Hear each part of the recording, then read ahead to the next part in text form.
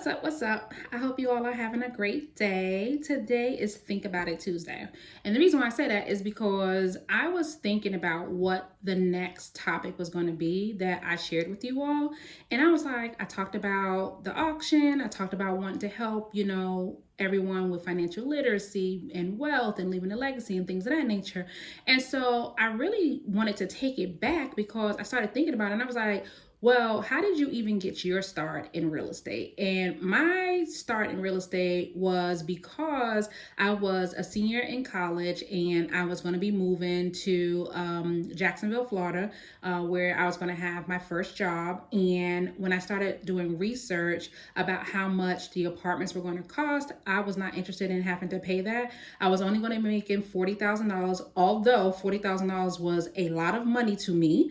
I was only going to be 21. That was going to be my first job out of college with a degree. And so that $40,000 was seeming like 40 million at the time. Granted, it was not. We know. But anyway, so I was like, well, how can I, set myself up for success? Because what I didn't want to do was move out to Jacksonville, get some high priced apartment, typically like probably a 1 bedroom or 2 bedroom, and then have utilities, a car note, car insurance. I was very, very scared of being broke. Like, I done spent the last 4 years in college being broke. I did not want to graduate, get a job, and still be broke. That was not the plan. So as I was doing my research, I started seeing, buy a house, because, you start searching stuff up on the internet and the internet starts stalking you, right? So now I'm looking up all this stuff about how to save money and blah, blah, blah. And so the internet kept telling me like, hey, why don't you go ahead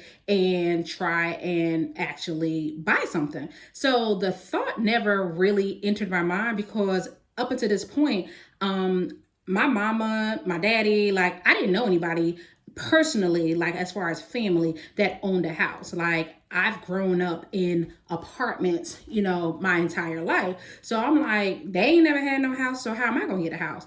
But as reality would show, is that there were programs for first-time home buyers, there were programs for low income, there was just programs out there. And I did enough research to realize that I could use a program called the FHA mortgage program, right? So now there's a lot of myths around FHA mortgages. I will put that information down below in terms of like top 3 myths about FHA mortgages. But let me tell you something. FHA mortgages have helped more people get into homes than you can think of. And no, it is not just for poor people. It is not just for low income people. Anybody can use an FHA mortgage if you actually meet the criteria.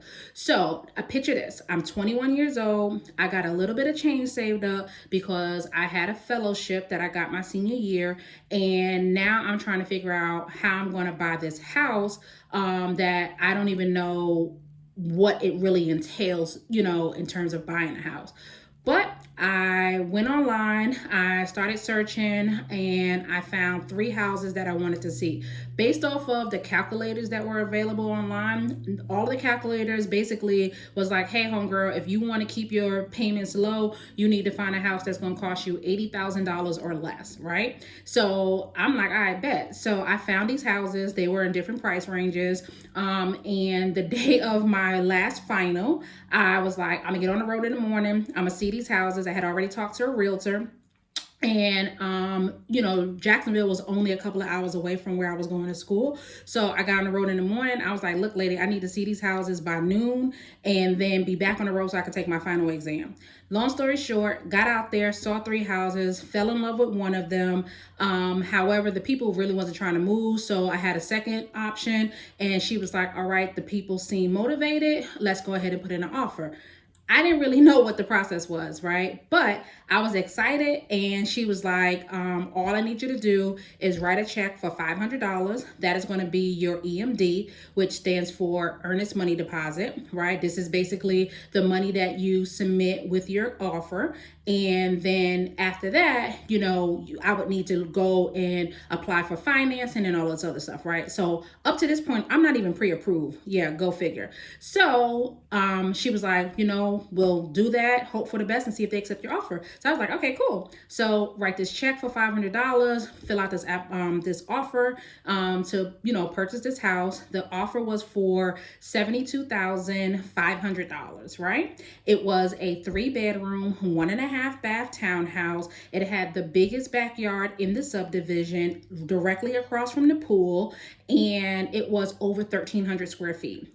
3 bedrooms, 1.5 bath for little old me at 21 was going to be just fine. So I'm like, okay, I'll put it in. I'm like, look, I got to get back on the road. I got to take this final. So she took everything and I get on the road, and needless to say, I got back late, and my professor also tried to not let me take my final, but that's a story for another day.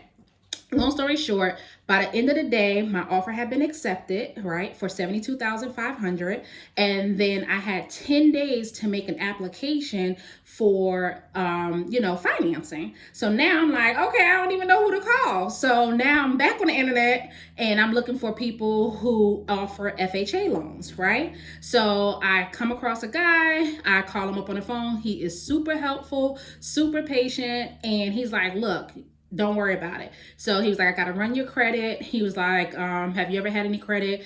Up until this point, I had, because I had purchased a car at this point. And so I know about credit. And so I was able to be like, okay, that's the only thing that I've ever had in my name was, previous apartments, but that didn't show up on my credit. I've had a credit card and I've had a car payment. So he was like, okay, cool. So he runs my credit. Credit is good.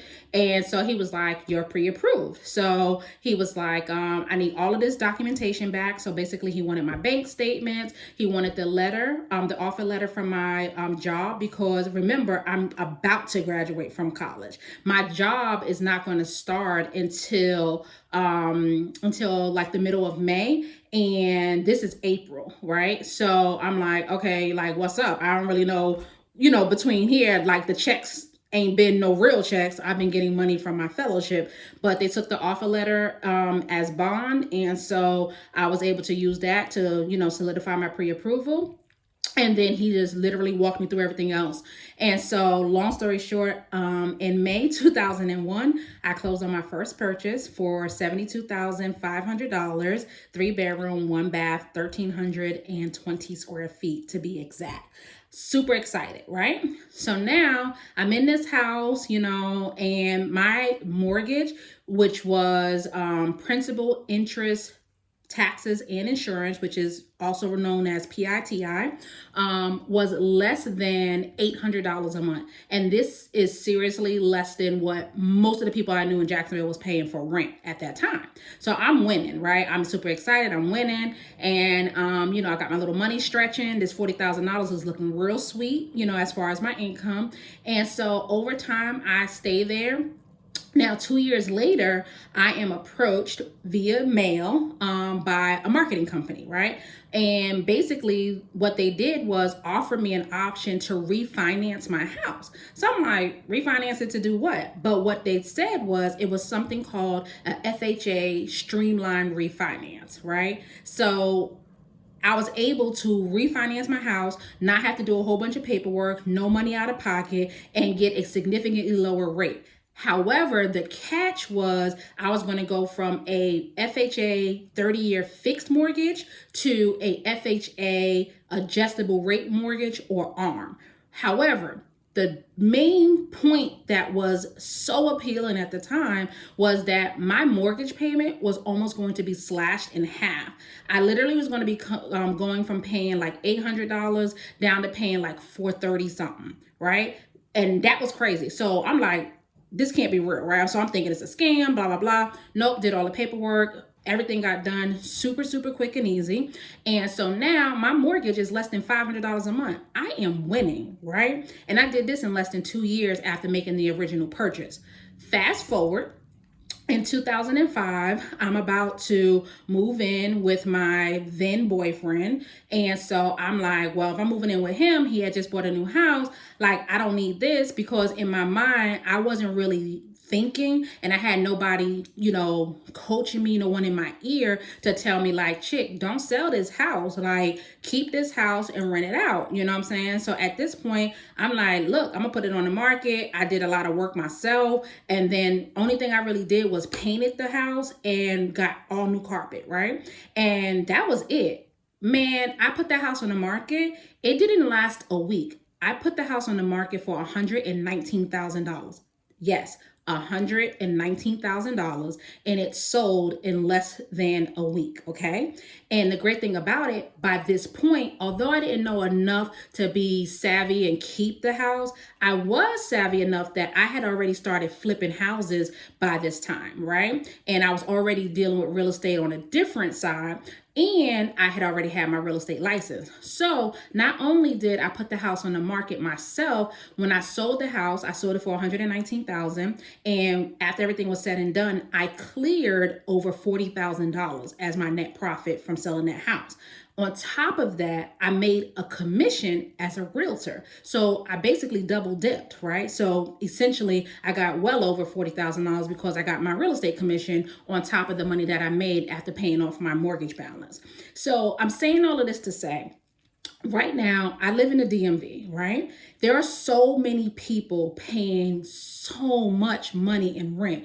The average rent right now in DC for a 3-bedroom, 2-bath townhouse is literally over $3,500. That's the average. Give or take, some areas you're going to pay a little bit more, and then some areas you're going to pay less. But a 3-bedroom, 2-bath townhouse in DC right now on average is over $3,500.